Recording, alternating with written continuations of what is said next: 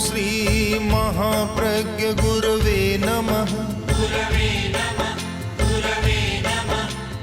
ओम श्री महाप्रज्ञ गुरवे नमः।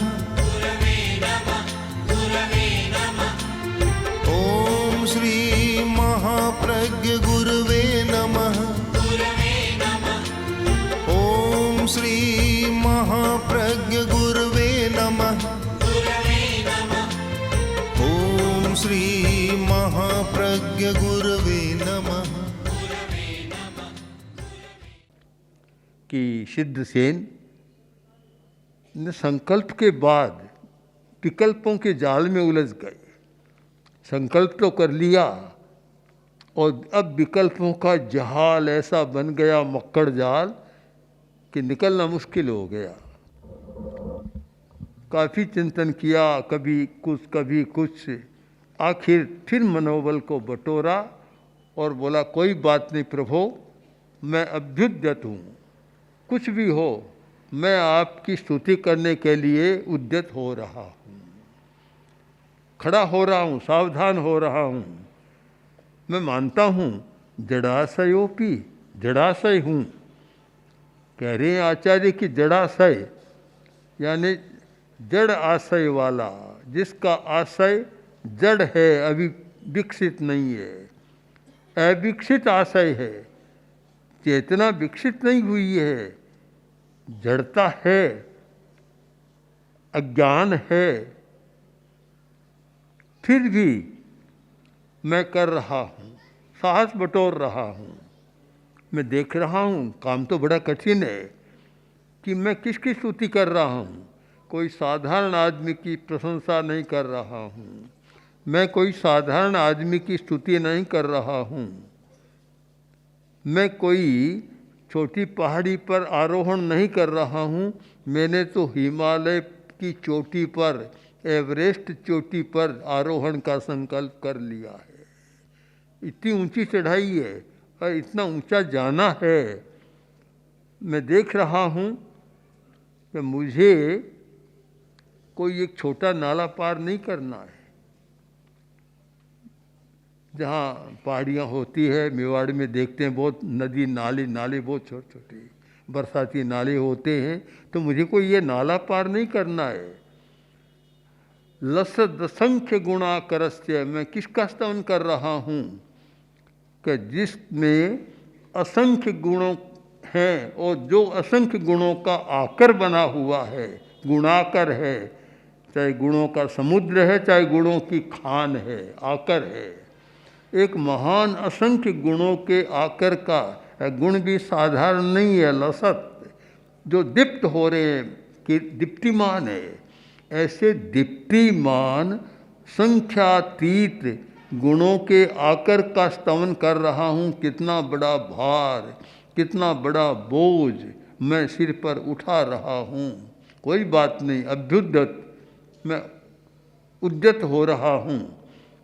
और क्यों हो रहा हूँ कि मैंने सोच लिया कि कोई बात नहीं, कोई बात नहीं। मैंने एक चिंतन भी कर लिया कि काम बड़ा है, मैं छोटा हूँ, पर मैं देखता हूँ कि एक बच्चा है। बच्चे से जाके किसी ने पूछा कि तुम अभी समुद्र की यात्रा करके आए हो, कितना बड़ा है? कहेगा इतना बड़ा, इतना बड़ा है। एक बालोपी, एक बच्चा भी आपकी भुजाओं को फैलाकर और समुद्र की विशालता को बता देता है कि इतना बड़ा है समुद्र। तो एक बच्चा है, तो मैं भी तो बच्चा हूँ, मैं भी तो बच्चा हूँ आपके सामने। तो मैं भी, कोई मुझे पूछेगा कि पार्श्व की स्तुति कर रहे हो, स्तुति कितनी बड़ी है, कह दूंगा इतनी बड़ी। कोई चिंता की बात नहीं है। विस्तीर्णतां कथयति स्वधियांबुरा से, छोटा बच्चा भी अपनी मति के अनुसार समुद्र की विशालता को बता देता है। कोई पूछते आकाश कितना बड़ा, कि इतना बड़ा, बता देता है। तो फिर मुझे क्या चिंता है? यही समझ देंगे लोग कभी ये बालक है, शिशु है, शिशु समझकर क्षमा कर देंगे मुझे। कहेंगे कि इतना बड़ा काम क्यों शुरू किया, तो लोग कहें कोई बात नहीं, भी बच्चा है, कोई बात नहीं, बच्चा है तो बचपन कर रहा है, बता देगा, अपनी बात बता देगा। इसे मुझे कोई चिंता की बात नहीं है। स्वयं समाधान, उलझन, जहाँ भी उलझन होती है आदमी समाधान खोजता है सुलझाने के लिए। तो उन्होंने भी समाधान खोज लिया। जब बच्चा और समुद्र सामने आ गया, बच्चा, तो समाधान हो गया कि बच्चा तो ऐसा करता ही है, बताता ही है कि कितना बड़ा वह बता देता है। तो फिर मेरा शैशव सामने आएगा तो लोग मुझे कहेंगे नहीं कि ऐसा इतना क्यों किया, समझ लेंगे कि यह भी एक बालक है और बालक के मन में आ गई और एक समुद्र को नापने का प्रयत्न कर लिया। इसलिए मुझे अब स्तुति के लिए उद्यत होने में कोई कठिनाई नहीं है। चिंतन की प्रक्रिया है। कोई आदमी सोचता है, हमारा मन एक ऐसा है कि चिंतन होता है, संकल्प होता है, विकल्प होता है। विकल्पों की भी बड़ी समस्या है, एक के बाद एक कोई विकल्प आता रहता है, विकल्प आता है, फिर विकल्प आ गया। अभी विकल्प का तांता टूट नहीं रहा है, फिर विकल्प आ गया। कभी काम तो कड़ा है, कठिन काम है, समझ नहीं रहे हैं, अभी भी निर्णय करते हैं और फिर संदेह आ जाता है, फिर विकल्प आ जाता है। विकल्प आ गया कि ये योगिनामपि न यान्ति गुणा, योगी भी जिसके गुणों को प्राप्त नहीं कर सकते। सिकंदर वहाँ पहुँचा तो महिलाओं ने स्वागत किया और आग्रह किया भोजन। सिकंदर बोला मैं तो भूखा हूँ, जगह भोजन इतना मिलता नहीं था, बड़ी कठिनाई थी, भूखा हूँ, भोजन करना है। तो वह गया, एक घर में गया, पट बिछा है, थाल है, ऊपर मखमली कपड़ा है, बहुत बढ़िया है। देखा बहुत अच्छा भोजन होगा, जाकर बैठा और मखमल का कपड़ा उठाया, देखा तो थाली में हीरा पन्ना माणक मोती थे, रोटी नहीं थी, रोटी नहीं थी। तो सिकंदर ने कहा बहनों ये क्या किया, मजाक कर दिया मेरे साथ, मुझे तो भूख लग रही है, मुझे चाहिए अन्न और रोटी, और तुमने ये रख दिए कि महाराज हम क्या करें, आप इसीलिए तो लोगों को मार रहे हैं, आपको तो यही चाहिए, आपको रोटी कहाँ चाहिए, रोटी तो आपको आपके गांव में मिल जाती, इनके लिए ही तो आप नरसंहार कर रहे हैं। सिकंदर चुपचाप चला गया और वहाँ से यात्रा बंद करी अपने देश चला गया। तो रत्न क्या है? अन्नम सुभाषितम, जलमन्नम सुभाषितम, पृथिव्याम त्रीणि रत्नानि। हमारी दुनिया में रत्न 3 है और सब तो मणि है, सोना है, चांदी है, सब ये रत्न नहीं है कोई, रत्न तो 3 है। जलमन्नम सुभाषितम, पहला रत्न है पानी, जिसके बिना आदमी जिंदा नहीं रह सकता। आज की सारी दुनिया की समस्या यह है कि रत्न सूखता जा रहा है, पानी कम होता जा रहा है, और कुछ वर्षों बाद तो ये स्थिति आएगी कि लोग गंदी नालियों के पानी को फिल्टर साफ करके पिएंगे।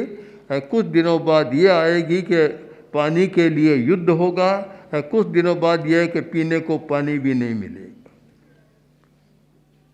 इस प्रकार पानी का अपव्यय हो रहा है। तो फिर आप ध्यान दें कि सबसे बढ़िया रत्न हमारी दुनिया का है पानी। दूसरा रत्न है अन्नम, जलमन्नम, अन्न, वह भी रत्न है पर पानी से मूल्य कम है उसका।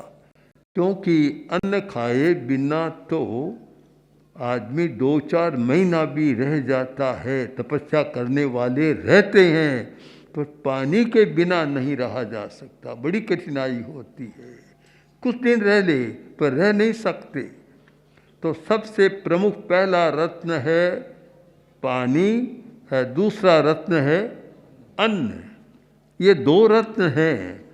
और तीसरा रत्न है सुभाषितम, मधुर वचन बोलना, किसी को गाली न देना, कटु वचन न बोलना, व्यंग नहीं करना, मजाक नहीं करना, ये सुभाषितम, अच्छा बोलना, अच्छी बात कहना, अच्छा चिंतन देना, अच्छा सुभाषितम। संस्कृत का एक संग्रह ग्रंथ है सुभाषित रत्न भंडागार, जिसमें संस्कृत के श्लोकों का सुभाषित संग्रह किया है। मैंने भी जब बहुत छोटी अवस्था में ही एक संस्कृत के श्लोकों का संग्रह किया था, शायद 1000 से ज़्यादा श्लोकों का एक संग्रह। अभी लाडनू में हमने देखा, प्रकाशित नहीं है, भंडार में पड़ा है, पर देखा शायद 1100-1000 से श्लोक ज़्यादा है उसमें, एक संस्कृत श्लोकों का संग्रह। सुभाषितम, एक अच्छा वचन ऐसा कहता है कि सारी स्थिति को बदल देता है। संस्कृत साहित्य में और भाषाओं के साहित्य में और आगम साहित्य में भी ऐसा है कि एक एक वचन ऐसे हैं जो काया पलट कर देते हैं, जीवन को बदल देते हैं। सुभाषितम, ऐसा वचन वह है रत्न जो समस्या को सुलझा देते हैं। एक सुभाषित ने महाराणा के चिंतन को बदल दिया, एक सुभाषित ने कुछ भी कर दिया।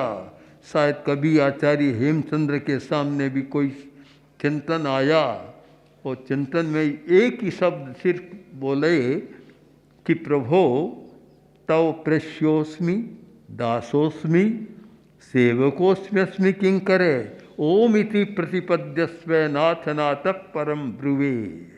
आचार्य हेमचंद्र जो जैन शासन के महान आचार्य और महान सुत सेवी, और जो गुजरात में तो प्रसिद्ध है ही, पर पूरे विश्व में भी एक प्रसिद्ध आचार्य हैं अपनी रचनाओं के विद्वत्ता के लिए। तो वे आचार्य कहते हैं भगवान महावीर की स्तुति में कि प्रभु मैं आपका प्रेष्य हूँ, दास हूँ, सेवक हूँ और किंकर हूँ। मैं कुछ मांगता हूँ, मेरी चाह है, पर कुछ नहीं, एक छोटी सी बात, ओम, बस आप कह दो ओम, हाँ है, बस मुझे और कुछ नहीं चाहिए, मेरी कोई मांग नहीं इससे आगे। आप स्वीकार कर लो कि तू मेरा किंकर है, तू मेरा प्रेष्य है, तू मेरा दास है, स्वीकार कर लो, ओम कह दो, हाँ, बस हाँ। एक शब्द में कितना अर्थ आ गया कि हाँ कह दो बस, और हाँ ना में सारा चलता है। सारी दुनिया का काम या हाँ या ना, या विधि या निषेध, दोनों में चलता है। तो सुभाषित का बड़ा महत्व होता है। तो वास्तव में रत्न होते हैं 3, जलमन्नम सुभाषितम मूढ़ई पाषाण खंडेषु रत्न संज्ञा विधीयते। कवि कह रहा है कि मूढ़ लोग हैं, अज्ञानी लोग या मूर्छाग्रस्त या मूर्ख लोग, वे पाषाण पत्थर के टुकड़ों को रत्न मानते हैं, रत्न मानते हैं। उनसे होगा क्या? घर में तो बहुत पड़ा है, रत्न पड़ा है, और पानी पीने को नहीं आया, नल नहीं आया, बंद हो गया सारा, तो प्यासा बैठा रहो, करेगा क्या? तो जब आप तो आकर हैं और योगी लोग हैं जिनके पास 3 रत्न होते हैं। जैन परंपरा में एक योगी वह होगा जिसके पास सम्यक दर्शन, सम्यक ज्ञान और सम्यक चारित्र है। ये 3 रत्न, रत्नत्रयी नाम इनका है, रत्नत्रयी। जैन शासन में 3 रत्न कौन से? सम्यक दर्शन, सम्यक ज्ञान, सम्यक चारित्र, ये 3 रत्न है, रत्नत्रयी। जिसके पास ये 3 रत्न है और जिसने इन 3 रत्नों की साधना के द्वारा अतिशय ज्ञान प्राप्त कर लिया है, वे योगी भी प्रभु आपके गुणों का वर्णन करने में समर्थ नहीं है। फिर मुझ जैसे छोटे साधु का अवकाश कहाँ होगा। फिर विकल्प आ गया, निर्णय करते हैं और वापस पैर रुक जाते हैं, फिर रुक जाते हैं। बड़ा कठिन काम है, बड़े काम को झेल लेना तो सरल है, पार पाना बड़ा मुश्किल होता है। तो फिर सोचा कि मैंने संकल्प कर लिया, असमीक्षित कारिते, लगता है समीक्षा नहीं की पहले मैंने। कोई आदमी संकल्प करे पहले पूरी समीक्षा कर लेनी चाहिए। मैंने समीक्षा नहीं की, असमीक्षित काम शुरू कर दिया, समीक्षा के बिना कर दिया। जो समीक्षा करना नहीं जानता तो कैसे होगा। समीक्षा हर काम की करनी होती है। एक थोड़ा समझ वाला भी समीक्षा तो करता है। रोगी गया डॉक्टर के पास और पूछा, भाई बोलो क्या समस्या है, क्या बीमारी है। कि बीमारी एक तो पेट में दर्द है, एक सिर में दर्द है, 2 बीमारियां हैं। तो डॉक्टर ने गोली दी, 2 गोलियां दे दी, 2 तरह की दी, 2 गोलियां दे दी। एक गोली तो पेट दर्द के लिए है और एक गोली सिर दर्द के लिए। अब गोलियां तो ले ली, समीक्षा शुरू कर दी। यानी कम समझ वाला भी समीक्षा तो करता है। पूछा, डॉक्टर साहब 2 गोलियां साथ ही लूँ, कहाँ साथ ही ले लो। तो यह तो ठीक है, पर कैसे पता चलेगा गोली को कि मुझे पेट ठीक करना है, मुझे सिर दर्द ठीक करना है। गोली को कैसे पता चलेगा। समीक्षा करता है आदमी, हर आदमी भी समीक्षा करता है कि कोई भी काम करता है समीक्षा। और समीक्षा के बिना कोई काम करते हैं तो वह सफल नहीं होता। हमने जब अहिंसा यात्रा शुरू की तो यात्रा का नाम क्या रखें, एक नाम के लिए कई महीनों तक समीक्षा की। आखिर में जैसा कि इसका नाम अहिंसा यात्रा होना चाहिए।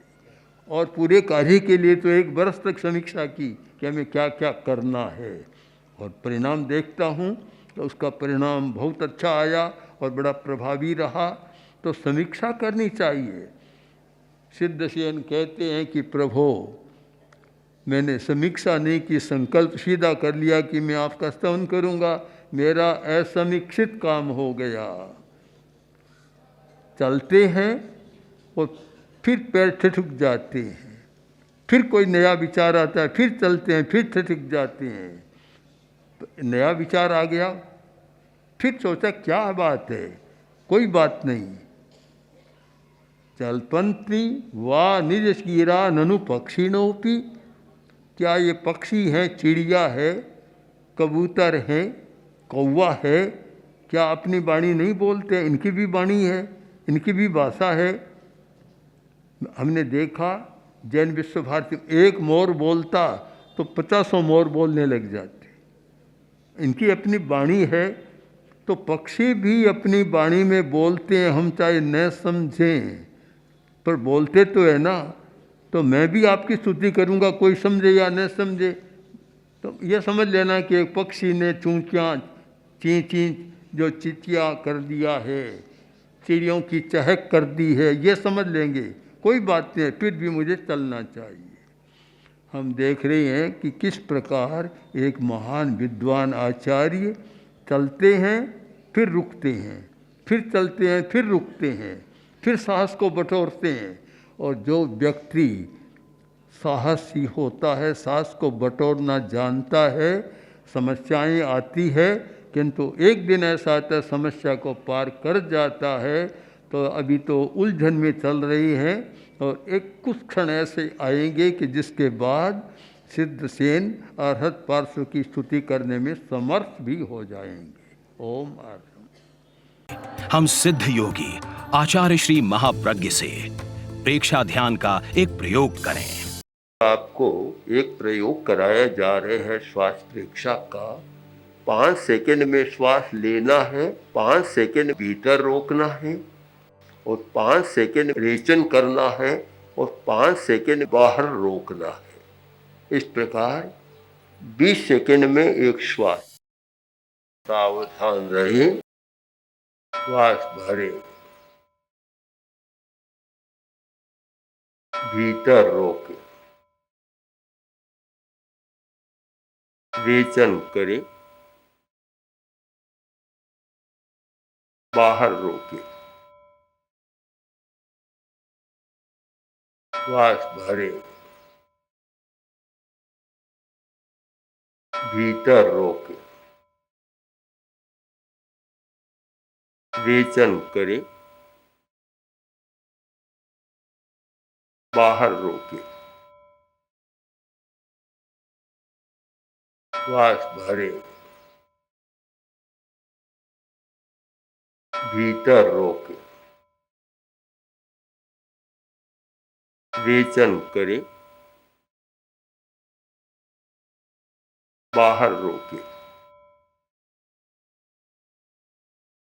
श्वास भरे,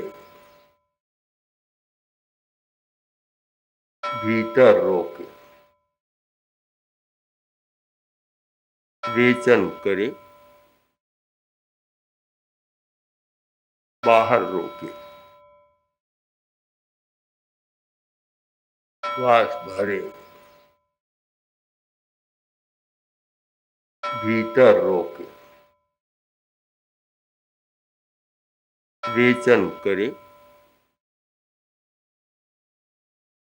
बाहर रोके, श्वास भरे, भीतर रोके, रेचन करे, बाहर रोके, श्वास भरे। प्रयोग संपन्न। तो ये ध्यान के बहुत छोटे प्रयोग कराए हैं और इनका स्वयं बार बार अभ्यास करें तो एक अच्छा अभ्यास हो सकता है। ओम आर्षम।